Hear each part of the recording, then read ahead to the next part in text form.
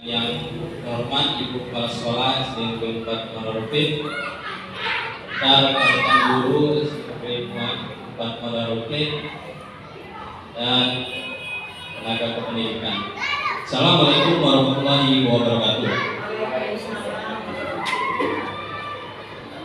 Alhamdulillah syukur pada pagi menjelang siang ini kita dapat berkumpul di sini dalam rangka acara diseminasi budaya positif oleh TGP Kabupaten 11 Ibu dari Kusuna.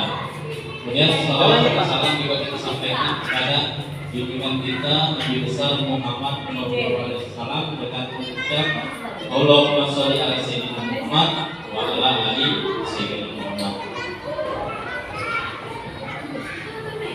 Pertama, kami ucapkan terima kasih kepada Bapak Ibu Guru yang sudah hadir di ruangan ini. Selanjutnya saya memperkenalkan suatu acara diseminasi budaya positif kita hari ini, yaitu pertama pembukaan, kemudian menyanyikan lagu Indonesia Raya, yang ketiga sambutan dari kepala sekolah SD Negeri 4 Monarupit, yaitu Dami Isbidin. Selanjutnya acara inti, yaitu diseminasi budaya positif oleh calon guru penggerak angkatan 11 Ibu Dewi Kustina, kemudian dari Telugu.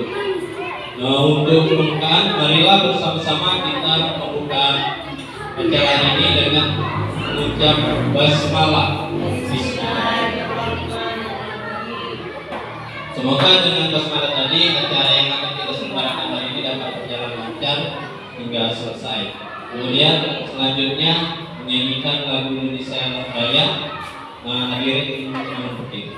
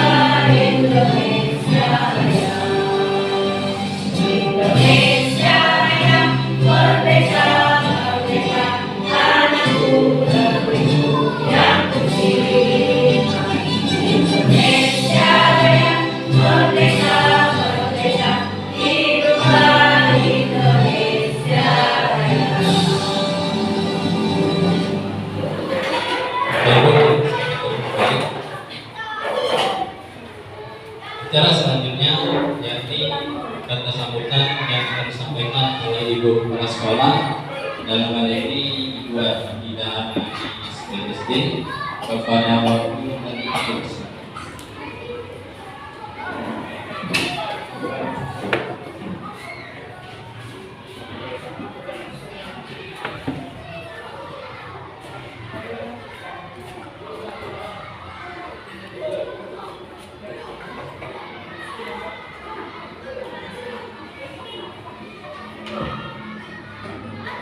Assalamualaikum warahmatullahi wabarakatuh.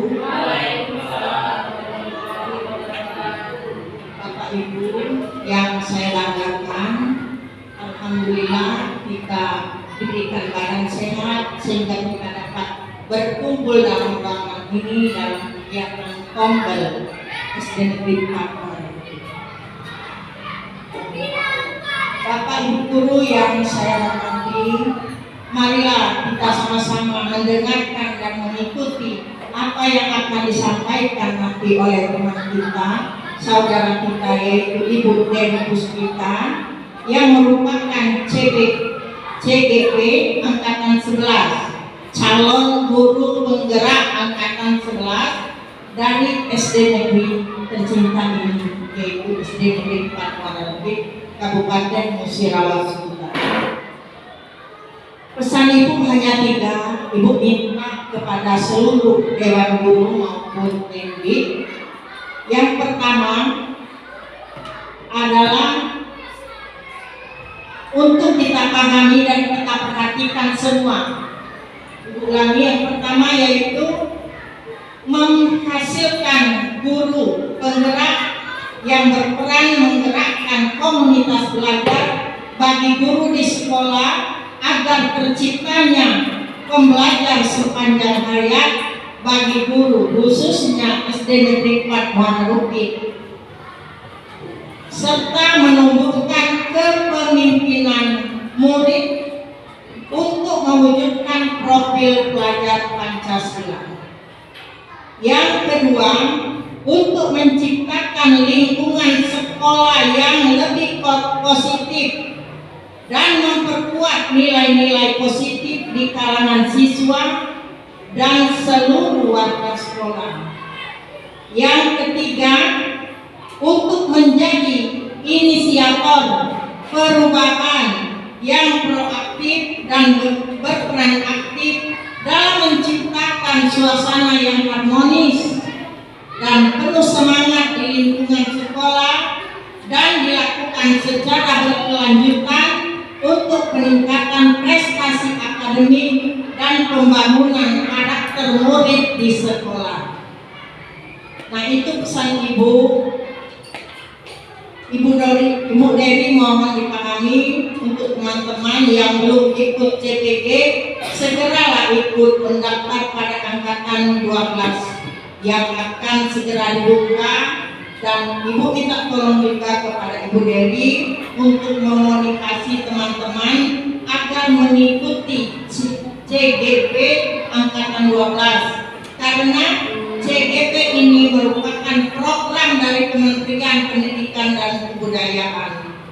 Semoga pelaksanaan diseminasi budaya positif yang akan disampaikan oleh Ibu Dewi Puspita akan berjalan dengan lancar dan tentunya bisa bermanfaat untuk kita dan sekolah kita. Amin ya robbal alamin. Demikianlah sambutan dari Ibu. Bila ada kekurangan, mohon maaf. Bila taufik wal hidayah. Wassalamualaikum warahmatullahi wabarakatuh.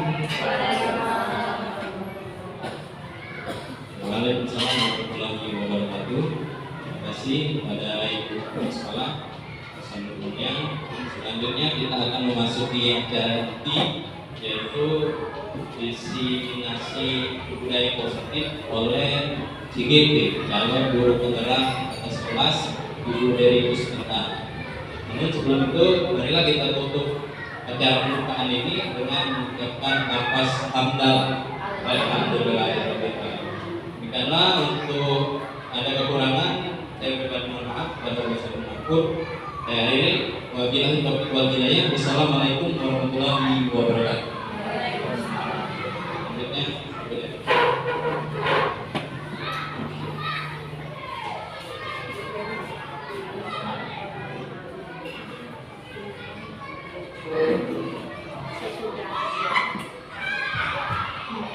Assalamualaikum warahmatullahi wabarakatuh. Alhamdulillahirabbil alamin. Pada siang hari ini kita semua diberikan oleh Allah Subhanahu wa taala sehat sehingga kita bisa kumpul di kegiatan Kombel SD Negeri 4 Wanarupit. Selawat sering salam semoga selalu terlimpah syurga kepada junjungan kita yakni baginda Nabi besar Muhammad SAW, dan semoga kita semua mendapatkan syafaatnya di yaumul akhir kelak. Amin ya rabbal alamin. Yang sama-sama kita hormati Ibu Kepala Sekolah SD Negeri 4 Muara Rupit, yakni Ibu Ida Anani SPDSD, dan teman-teman guru semua yang mudah-mudahan kita semua di ruangan ini mendapatkan balasan berupa amal kebaikan dari kegiatan yang akan kita lakukan pada hari ini. Amin ya rabbal alamin. Baiklah Bapak Ibu sekalian, saya di sini mendapatkan amanah yaitu untuk menerapkan atau memaparkan hasil dari pendidikan guru penggerak yang sedang saya jalani, itu di modul 1.4 tentang budaya positif.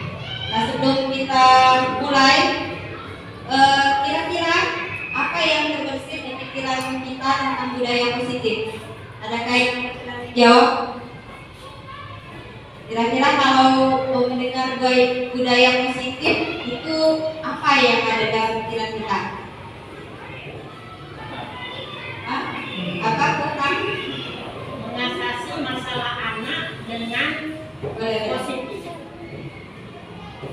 Jadi menurut Ibu, budaya positif yaitu budaya kita, kebiasaan kita untuk mengatasi permasalahan anak dengan positif, kegiatan positif atau hukuman yang positif. Oke, benar sekali. Jadi budaya positif itu adalah budaya baik yang harus kita kuatkan di istri kita ya. Nah, kira-kira penting atau tidak budaya baik itu kita kuatkan di istri kita?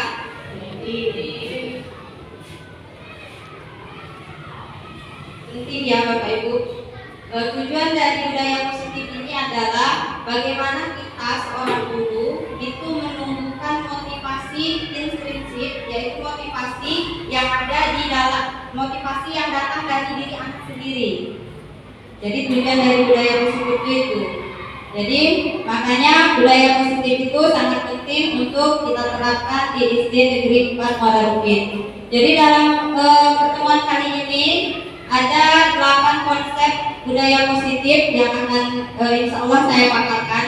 Itu yang pertama tentang perubahan paradigma belajar, yang kedua disiplin positif, yang ketiga nilai-nilai kebijakan, yang keempat kebutuhan dasar manusia, yang kelima motivasi perilaku manusia, yang keenam posisi kontrol guru, yang ketujuh keyakinan kelas, dan yang terakhir segitiga restitusi. Nah, yang pertama adalah pembelajaran dengan paradigma baru. Apa itu pembelajaran dengan paradigma baru? Mungkin sebelumnya kita pernah mendengar istilah pembelajaran yang berpusat kepada guru. Ya, dulu guru itu mendominan kegiatan di dalam kelas. Jadi anak itu hanya duduk diam, menulis, dan semua aktivitas dilakukan oleh guru. Nah, paradigma itu sekarang harus kita ubah, bahwa sesungguhnya pembelajaran itu sekarang berpusat kepada murid. Makanya disebut dengan pembelajaran berdiferensiasi. Itu. Apa tujuannya? Tujuannya itu agar kita bisa membelajarkan anak itu sesuai dengan kebutuhan mereka. Karena pada dasarnya anak-anak itu tidak ada yang bodoh. Anak-anak itu memiliki kemampuan masing-masing. Yang tugas kita sebagai guru adalah menyebarkan kemampuan yang ada pada diri anak itu. Nah, ini miskonsepsi tentang teori kontrol. Selama ini kita berilusi bahwa guru itu mengontrol murid. Jadi murid itu tugas kita yang kontrol seperti itu. Kemudian ilusi bahwa semua penguatan positif itu efektif dan bermanfaat. Ilusi bahwa kritik dan membuat rasa bersalah mampu menguatkan karakter. Ilusi bahwa orang dewasa berhak memaksa. Ini mindset lama kita ya. Nah, sekarang sudah saatnya kita mengubah paradigma lama, yaitu paradigma stimulus respon ke pendekatan teori kontrol. Terus stimulus respon itu mengatakan bahwa kebutuhan kita itu sama. Jadi kebutuhan anak didik itu sama kalau stimulus respon. Makanya kita memberi pembelajaran yang sama kepada anak-anak. Tapi menurut teori kontrol itu sesungguhnya kebutuhan kita itu berbeda. Berarti kebutuhan anak di dalam belajar itu berbeda-beda, tidak sama. Seperti itu. Kemudian semua orang melihat hal yang sama. Teori kontrol, setiap orang memiliki gambaran yang berbeda. Kita mencoba mengubah orang agar berpandangan sama dengan kita. Kita tidak bisa mengubah orang lain, kan? Kita berusaha memahami pandangan orang lain, bisa. Kemudian perilaku buruk dilihat sebagai suatu kesalahan. Selama ini kalau anak nakal itu pasti kita bilang itu salah. Nah, pada dasarnya itu adalah proses mereka mencari jati dirinya dari kesalahan. Itu semua perilaku yang dilakukan anak itu memiliki tujuan. Kemudian orang lain bisa mengontrol saya. Sebenarnya yang bisa mengontrol kita adalah diri kita sendiri, bukan orang lain. Itulah yang disebut dengan motivasi intrinsik. Motivasi yang datang dari diri sendiri, bukan karena orang lain. Kemudian pemaksaan ada pada saat rujukan gagal. Biasanya kalau bukan nakal terus dimarahi, nggak jelas juga, biasanya kita memukul dan sebagainya, kan? Itu pemaksaan. Nah, sebenarnya kita bisa berkolaborasi dengan anak-anak dengan cara melaksanakan segitiga restitusi. Nanti akan dibahas di akhir konsep ini. Kemudian model berpikir menang atau kalah. Nah, biasanya kita menganggap anak yang pintar itu menang, anak yang nakal itu kalah. Tapi sesungguhnya modal berpikir masing-masing anak itu menang-menang. Ya, jadi sekalipun mereka salah, itu proses mereka untuk bisa bertanggung jawab atas kesalahannya. Itu. Sampai di sini ada yang mau ditanyakan? Atau mungkin ini salah? Berarti masuk ini salah, boleh ditanggapan. Lanjut ya. Oke, yang kedua adalah disiplin positif. Oke, sekarang disiplin. Biasanya apa yang ada di benak kita kalau mendengar kata disiplin? Tepat waktu, apalagi tanggung jawab, apalagi Bu Novi. Biasanya kalau mendengar kata disiplin, tepat waktu, ya betul sekali.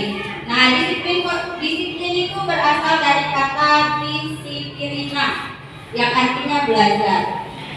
Disiplin mengacu pada disiplin diri yang memiliki tanggung jawab terhadap apa yang dilakukannya berdasarkan nilai-nilai yang diyakini.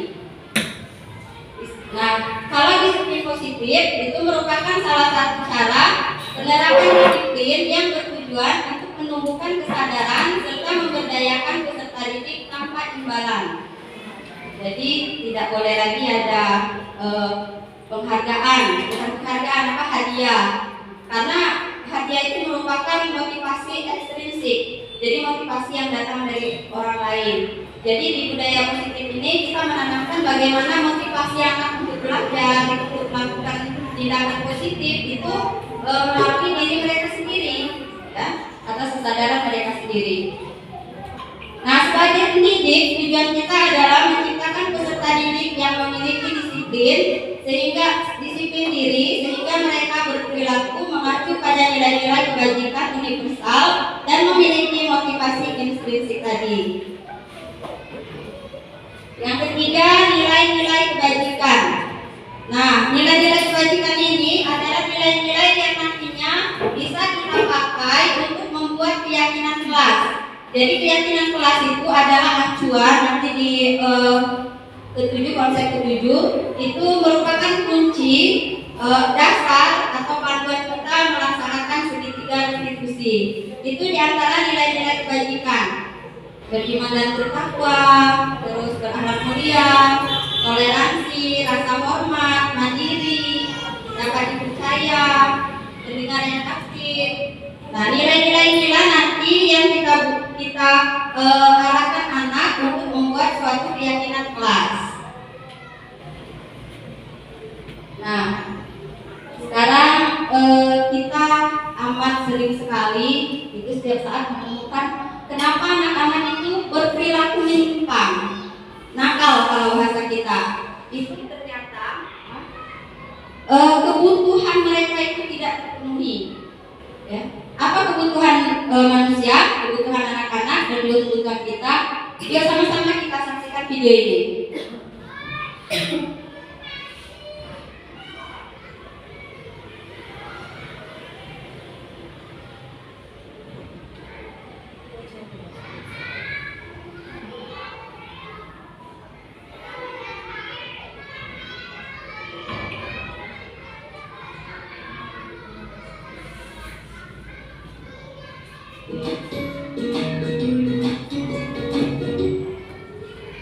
Salam dan bahagia Ibu dan Bapak guru hebat.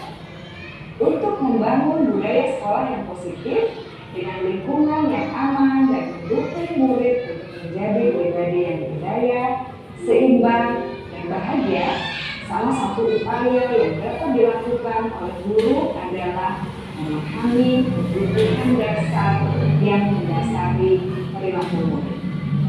Pada video kali ini, kita akan membahas tentang 5 kebutuhan dasar manusia.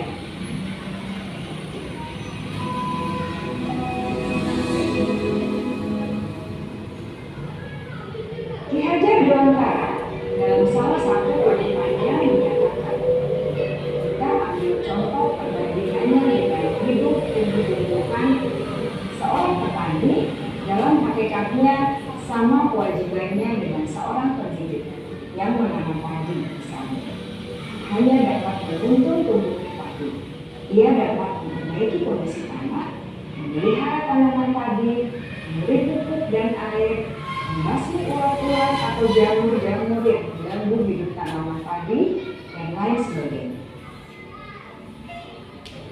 Ketika guru memahami kebutuhan apa yang mendasari perilaku murid, dan guru berusaha menuntun dan mendukung murid dalam memenuhi kebutuhannya secara positif, pada hakikatnya guru tersebut ibarat seorang petani yang sedang berusaha memahami kebutuhan masing-masing tanaman, dan ia berusaha memenuhi kebutuhan tanaman tersebut agar dapat tumbuh dengan subur dan maksimal. Dr. William Glasser, seorang psikiater dari Amerika Serikat, menyatakan bahwa seluruh tindakan manusia memiliki tujuan tertentu, yaitu memenuhi kebutuhan dasarnya. Ketika kelima kebutuhan dasar telah terpenuhi secara memadai, maka murid akan tumbuh dengan seimbang dan bahagia. Sebaliknya, ketika kebutuhan dasar tidak terpenuhi dengan baik, maka seseorang akan mengalami emosi negatif, bosan, sedih, dan kecewa. Bahkan mereka dapat melakukan perbuatan yang bertentangan dengan nilai-nilai kebajikan atau melanggar peraturan. Dengan kata lain, perilaku buruk seseorang biasanya adalah respons dari kebutuhan yang tidak terpenuhi. Namun, mereka tidak tahu cara untuk menyampaikan. Ada 5 kebutuhan dasar manusia menurut Dr. William Glasser, yaitu yang pertama, kebutuhan untuk bertahan hidup atau survival. Yang kedua, kebutuhan untuk merasa diterima atau love and belonging. Yang ketiga, kebutuhan akan kebebasan atau freedom. Yang keempat, kebutuhan akan kesenangan atau fun. Dan yang kelima, kebutuhan akan perasaan atau power.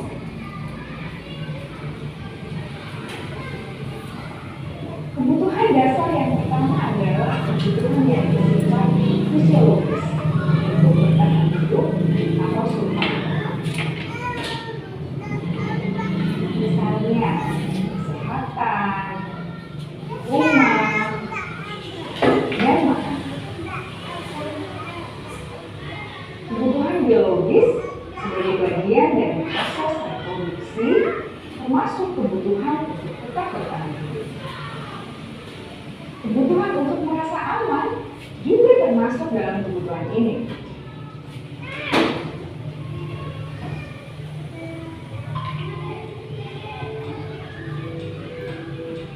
Agar murid dapat belajar dengan baik, kebutuhan mereka akan merasa aman, pangan, sandang, dan papan harus terpenuhi. Bagaimana mungkin mereka dapat belajar dengan baik bila mereka datang ke sekolah dengan perut yang lapar atau bila rumah mereka tidak?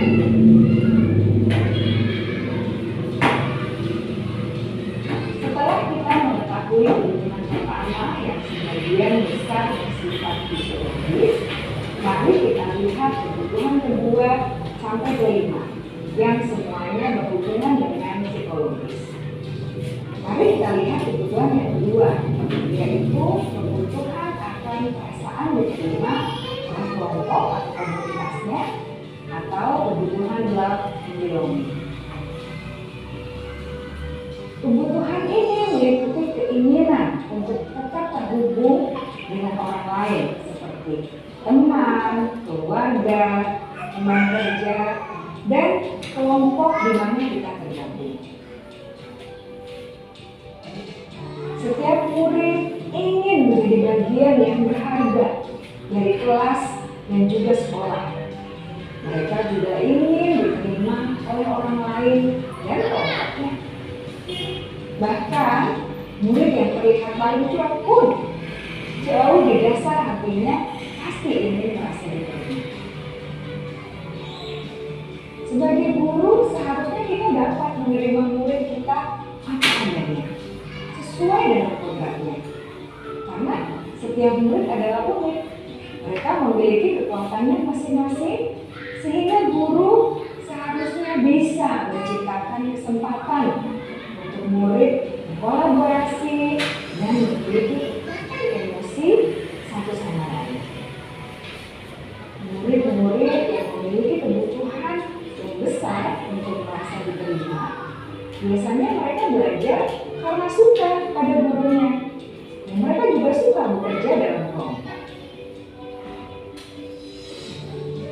Kebutuhan yang ketiga adalah kebutuhan akan kebebasan atau kebutuhan membuat pilihan. Murid harus diberi kesempatan untuk membuat pilihan dan bertanggung jawab atas pilihan yang mereka telah ambil.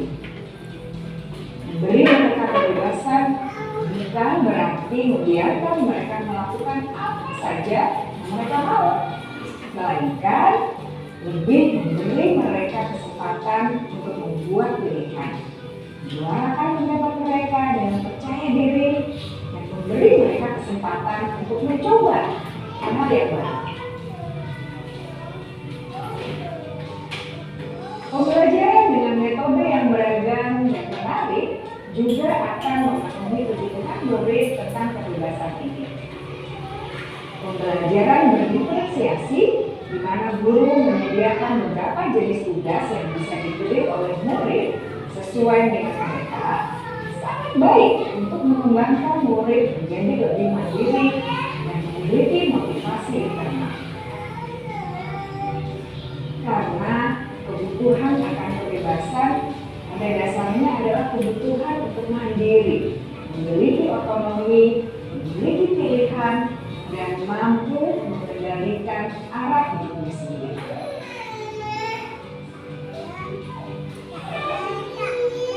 Kebutuhan yang keempat adalah kebutuhan akan kesenangan.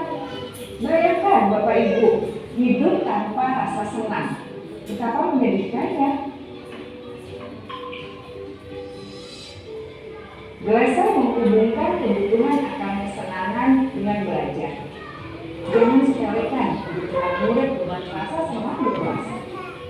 Sebagai guru, jangan ragu-ragu untuk dengan sengaja memasukkan kegiatan yang menyenangkan dalam kelas. Murid-murid dengan kebutuhan dasar kesenangan yang tinggi ingin menikmati apa yang mereka lakukan. Mereka juga konsentrasi tinggi saat mengerjakan hal-hal yang disenangi.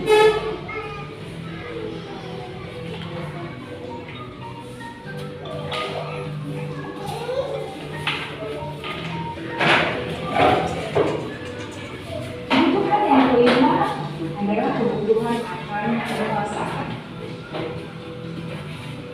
Setiap murid memiliki kebutuhan untuk merasa kompeten, menjadi terampil, diakui pencapaian dan keterampilannya, mendengarkan, bisa membuat dampak dan pengaruh, dan memiliki rasa harga diri. Mereka sebaiknya diberi kesempatan untuk membuat keputusan tentang hal-hal yang penting dalam hidupnya yang tidak merasa dikontrol oleh sistem sekarang. Pada murid yang telah menginjak usia remaja, seringkali mereka merasa tidak memegang kendali atas kehidupannya sendiri, karena guru kerap kali berpengaruh dalam mengambil keputusan.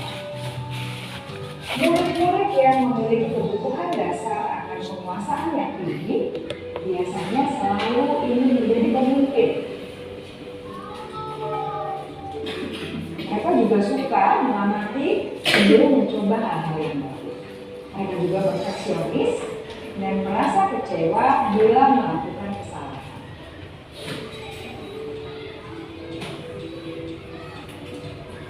Ibu dan bapak guru sangatlah penting bagi kita untuk mengetahui kebutuhan dasar murid-murid agar kita memahami alasan dibalik sikap dan tindakan mereka.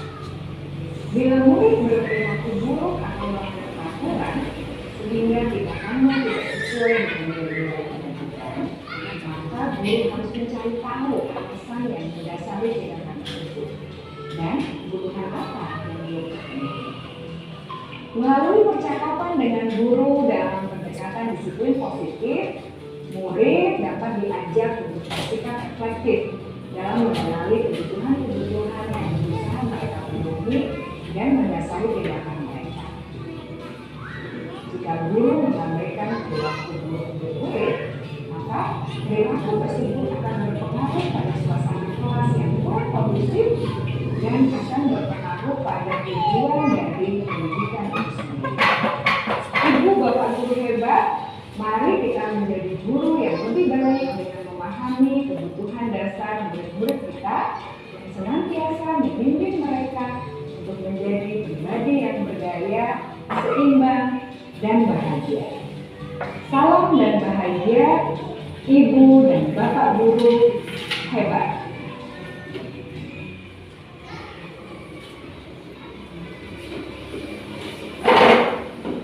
Baiklah, dari video yang kita saksikan tadi sudah sama-sama kita saksikan bahwa sesungguhnya kita itu memiliki 5 kebutuhan dasar.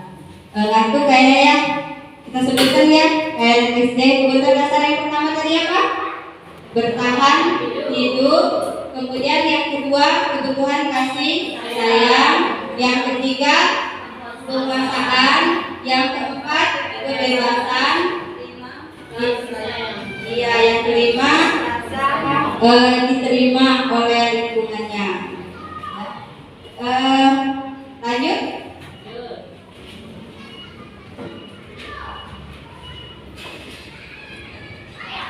Nah, yang kelima, konsep kelima yaitu konsep motivasi perilaku manusia. Jadi sekarang itu yang sangat diharapkan oleh Mas Nadiem itu bahwa kita sebagai guru itu mampu membangkitkan motivasi intrinsik yang ada pada diri anak didik kita, bukan motivasi ekstrinsik. Maksudnya motivasi itu sekarang kalau bisa itu dari diri anak sendiri, bukan karena dari luar. Ya. Nah, itu motivasi intrinsik itu. Motivasi itu ada 2, yang pertama intrinsik, yang kedua ekstrinsik. Kalau motivasi intrinsik itu motivasi untuk menjadi orang yang mereka inginkan dan menghargai diri sendiri dengan nilai-nilai yang mereka percaya. Nah, kalau motivasi ekstrinsik yaitu motivasi untuk menghindari ketidaknyamanan atau hukuman. Kemudian motivasi untuk mendapatkan imbalan atau penghargaan dari orang lain. Tuh. Nah, Kita sudah pernah mendengar ini kan, kalau hukuman itu sering kita lakukan kepada anak-anak yang melanggar biasanya ya. Kemudian konsekuensi itu ini sudah sering kita terapkan di kelas. Biasanya di kelas itu kita membuat kesepakatan kelas. Jadi ada perjanjian antara kita dengan siswa. Tapi konsekuensi ini anak-anak merasa tidak nyaman dengan perjanjian itu. Hanya sekedar terpaksa. Makanya harapannya hukuman dengan konsekuensi itu sekarang kita alihkan ke segitiga restitusi yang nanti akan kita saksikan di konsep terakhir yang ke-8 ya. Lanjut ya. Nah, kita sebagai guru harus mengenali posisi kontrol. Apa itu posisi kontrol? Kita nonton aja lagi ya.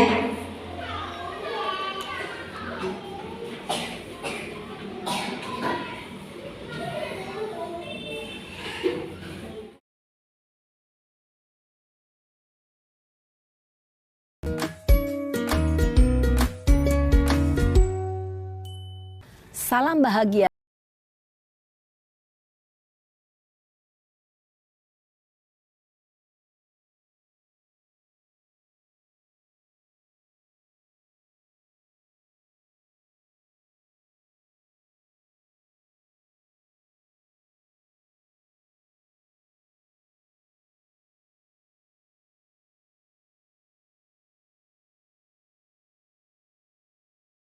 Penerapannya.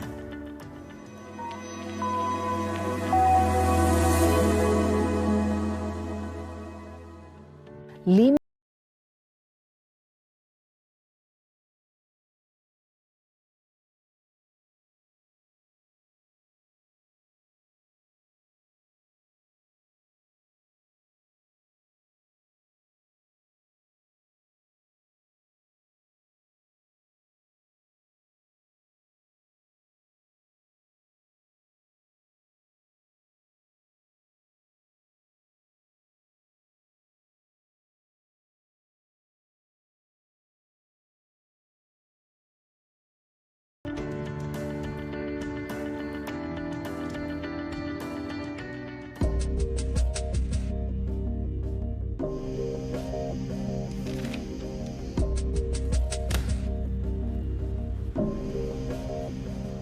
Naren!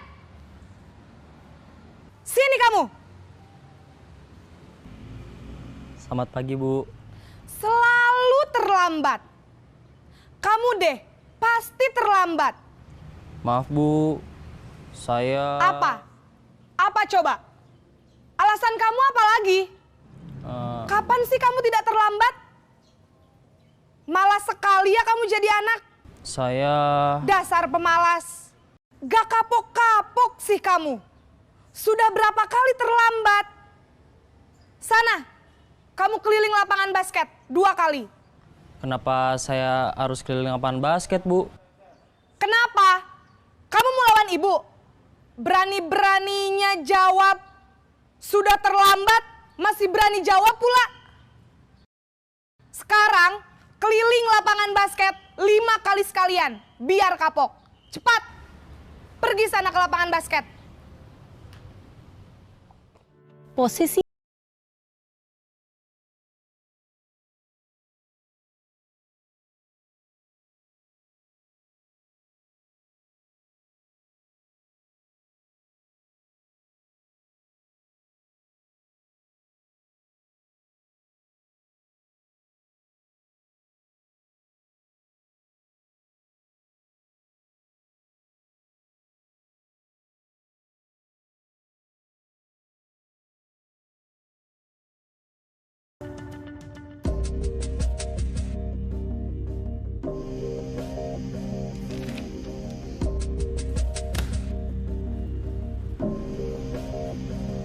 Naren!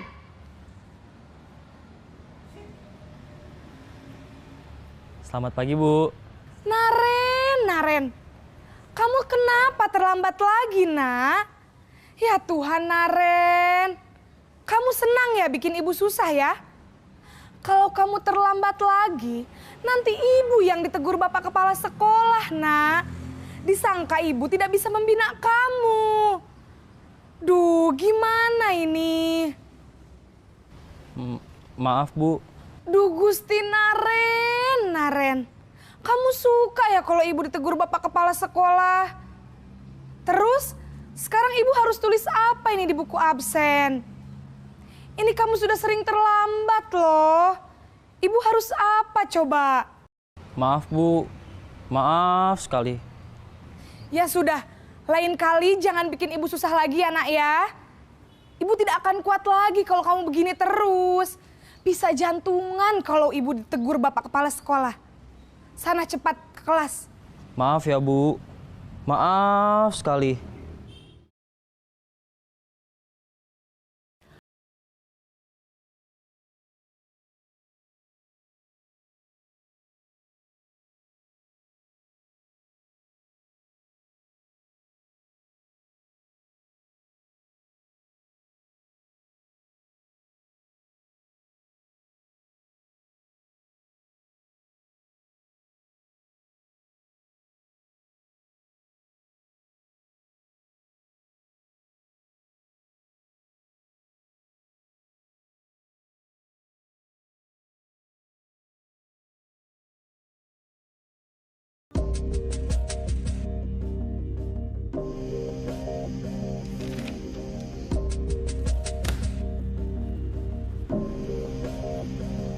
Naren!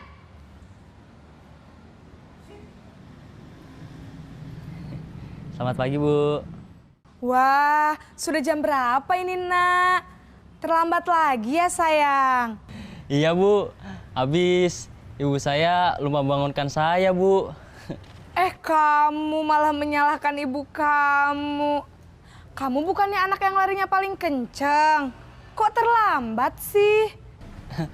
Iya, Bu. Saya memang terlambat bangun tadi. Jadi, biarpun saya lari kencang, tetap gak kekejar, Bu. Ya sudah sana. Nanti lain kali larinya lebih kenceng lagi ya. Biar gak terlambat lagi. Bikin seneng ibu. Demi ibu. Bisa kan? Bisa lah, Bu. Ya sudah sana masuk kelas. Ibu beresin urusan absen kamu. Kamu ini ada-ada saja. Dalam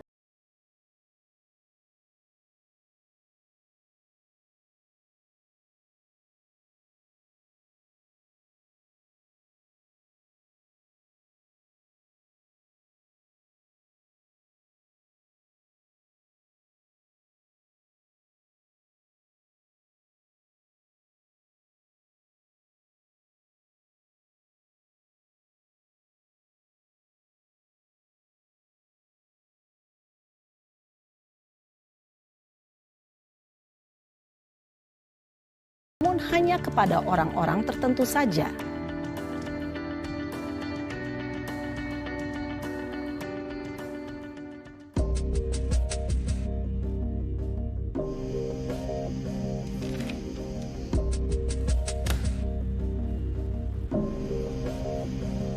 Naren!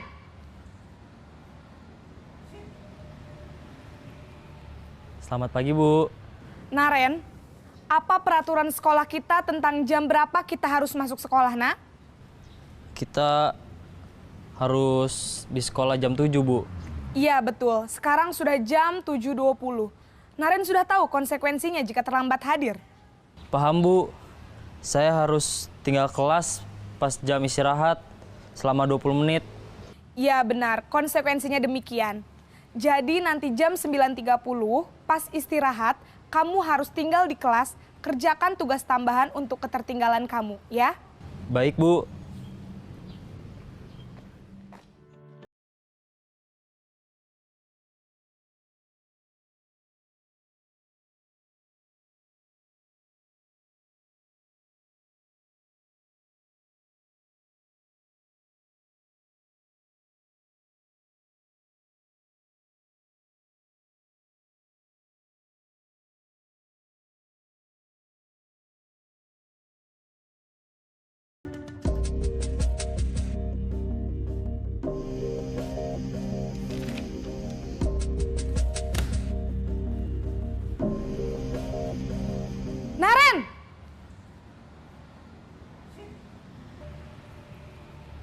Selamat pagi, Bu.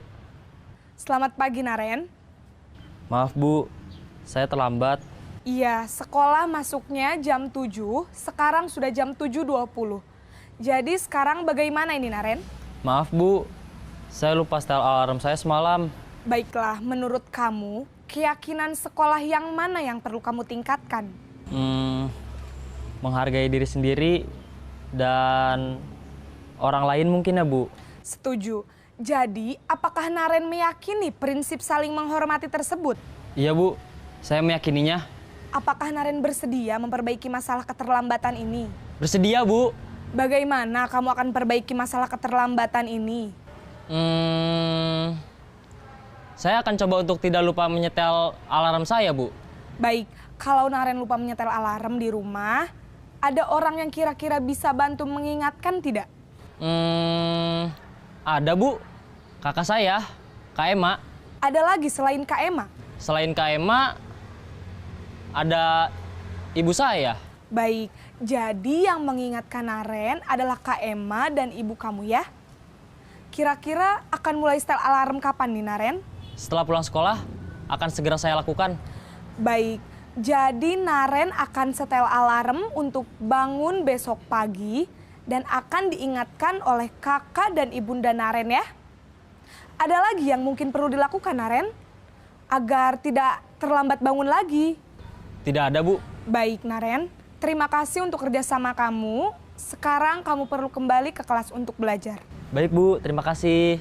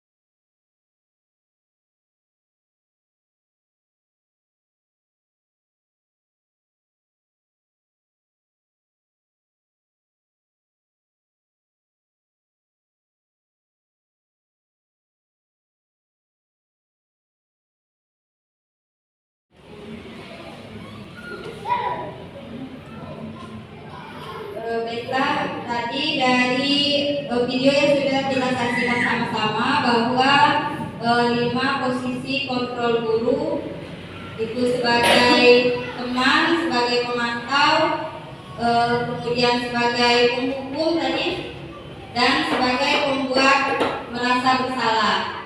Nah, ini adalah harapannya. Sekarang ini kita sebagai guru itu memiliki posisi kontrol manajer. Nah, manajer itu artinya kita kita itu saat mengambil keputusan itu melibatkan siswa. Nanti akan ada video contohnya ya. Lanjut ya. Nah, yang ketujuh, keyakinan kelas. Kenapa keyakinan kelas? Ya, kenapa bukan peraturan kelas? Kalau peraturan kelas selama ini sudah ada ya di sekolah, di rumah, bahkan di sekolah. Nah, sekarang keyakinan kelas diganti. Kenapa keyakinan kelas? Karena harapannya anak-anak itu memiliki motivasi dari dalam diri mereka melalui keyakinan kelas yang dibentuk nanti ada contoh bagaimana cara membuat keyakinan kelas. Karena kenapa? Karena setelah ini diharapkan masing-masing kelas di SD kita itu memiliki papan keyakinan kelas sebagai dasar untuk menyelesaikan permasalahan anak dengan menggunakan segitiga restitusi nantinya. Oke, ini contoh cara membuat keyakinan kelas yang nantinya bisa kita terapkan di kelas kita masing-masing.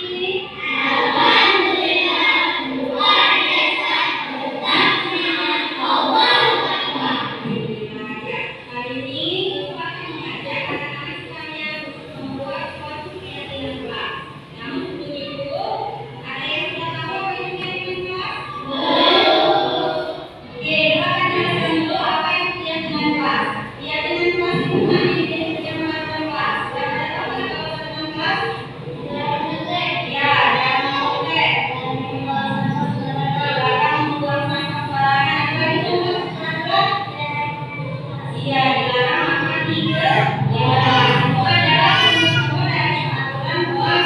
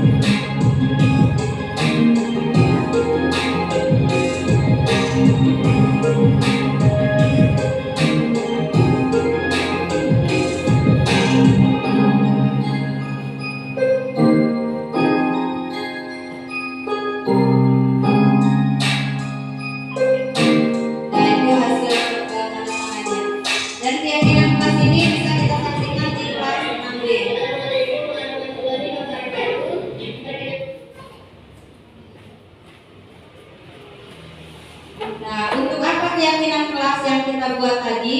Itu adalah sebagai acuan kita melaksanakan segitiga restitusi yang saat ini sangat diharapkan oleh Mas Nadiem Makarim. Kita sebagai guru itu menyelesaikan masalah atau perilaku menyimpang yang dilakukan oleh anak-anak itu dengan penerapan segitiga restitusi. Apa itu segitiga restitusi? Segitiga restitusi itu adalah memiliki 3 tahapan yang harus kita lakukan sebagai guru. Itu yang tahapan yang pertama itu menstabilkan identitas. Tahapan kedua memvalidasi tindakan yang salah. Dan yang terakhir menanyakan keyakinan kelas. Berarti langkah pertamanya setelah ini nanti kita membuat keyakinan kelas dulu, baru segitiga restitusinya bisa kita terapkan di dalam kelas.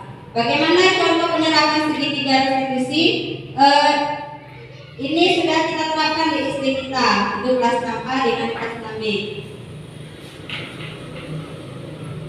Ini kita lihat video ini dulu.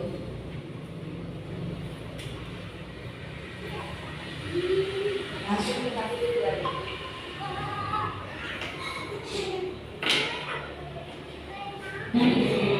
Untuk dapat mengendalikan diri dari amarah karena perilaku teman sekelas saya. Saya harus banyak belajar bersama. Ini sudah berapa kali kamu datang terlambat? Nah, ini kasus Vira datang terlambat karena sering menonton HP. Iya.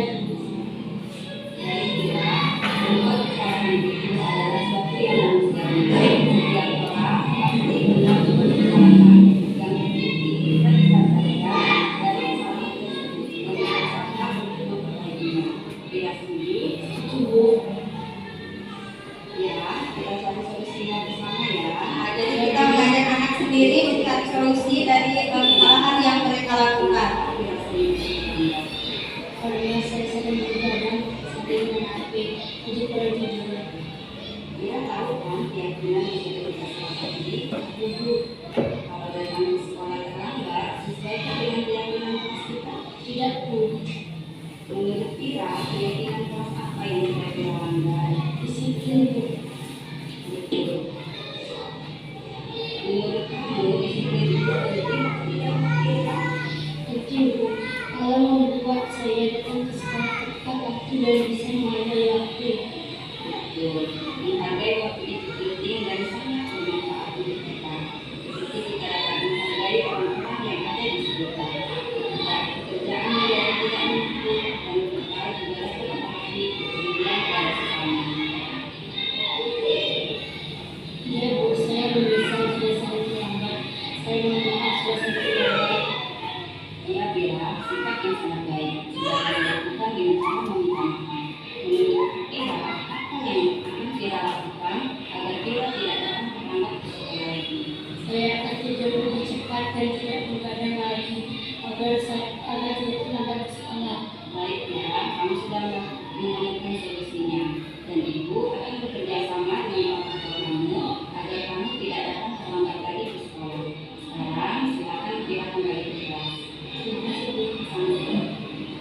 Jadi seperti itu contoh penerapan segitiga restitusi. Terima kasih ibu saya senang sekali ada diskusi dengan ibu guru.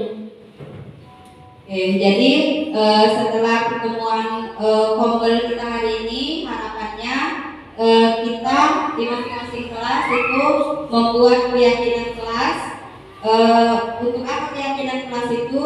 Sebagai dasar untuk menerapkan segitiga restitusi.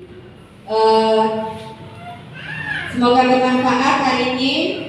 Sebagai penutup, dalam penerapan program disiplin pendidik positif, hendaknya guru memiliki standar kepribadian, profesional, dan sosial yang baik, di mana guru mampu merefleksi dirinya dalam posisi kontrol saat ini, sebagaimana perjalanan dirinya sebagai among atau manajer yang menuntun murid-muridnya menjadi insan yang mandiri, merdeka, dan bertanggung jawab.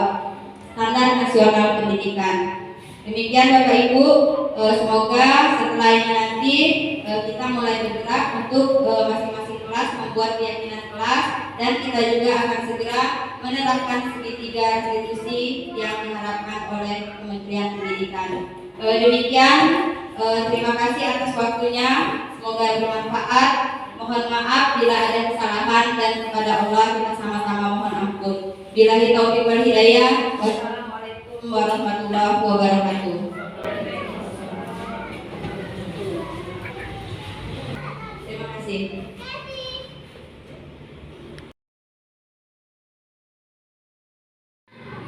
Assalamualaikum warahmatullahi wabarakatuh.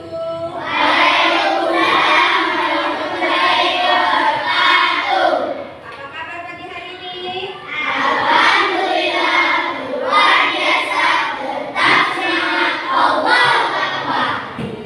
ya.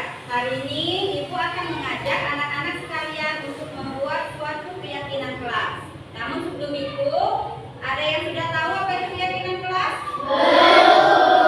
Oke, Ibu akan jelaskan dulu apa itu keyakinan kelas. Keyakinan kelas itu mirip-mirip dengan peraturan kelas. Sudah pada tahu kan kalau peraturan kelas? Dilarang mencontek, Iya, dilarang mencontek, dilarang membuang sampah sembarangan, dilarang membuang sampah sembarangan. Apalagi contoh peraturan? dilarang makan di kelas. Iya, dilarang makan di kelas. Itu adalah contoh-contoh dari peraturan kelas ya. Nah, sekarang kita akan membuat peraturan kelas dalam bentuk keyakinan kelas. Kenapa keyakinan kelas? Karena dengan adanya keyakinan kelas, nanti anak-anak meyakini dengan dalam diri, sehingga anak-anak berusaha untuk bertanggung jawab terhadap nilai-nilai yang anak-anak yakini.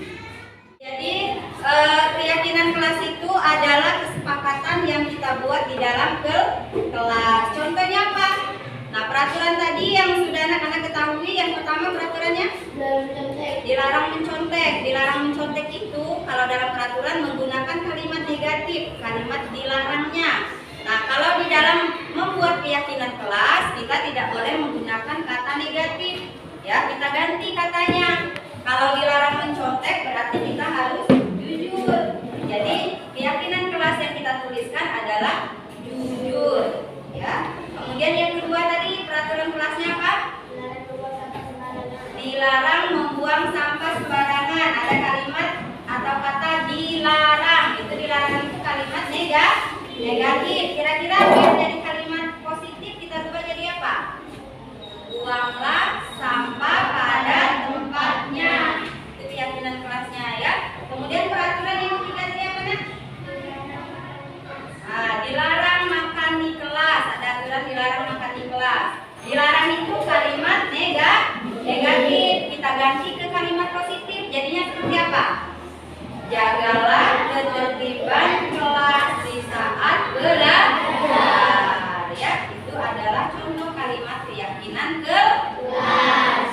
Nah, dari yang Ibu jelaskan tadi, apakah ada yang ditanyakan? Sudah paham? Oke, kalau sudah paham, sekarang kita akan membuat keyakinan kelas, ya. Nah, sekarang Ibu akan bagikan kertas tipnote. Silakan anak-anak tulis keyakinan kelas yang akan kita sepakati di kelas 6B ya. Silakan tulis, satu orang untuk tuliskan satu kesepakatan yang kalian ungkapan keyakinan kelas yang sudah disiapkan di depan kelas, ya? Paham? Paham. Bagikan kertasnya ya.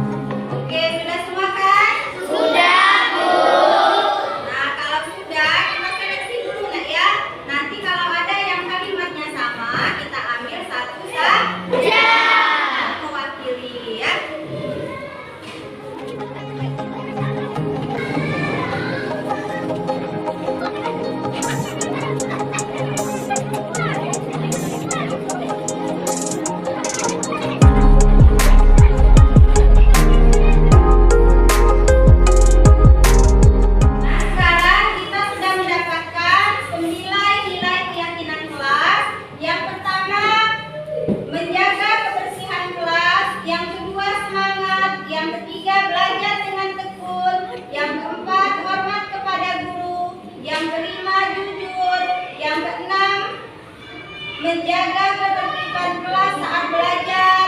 Yang ketujuh, disiplin. Yang kedelapan, menjaga kerapian kelas. Dan yang sembilan, rajin.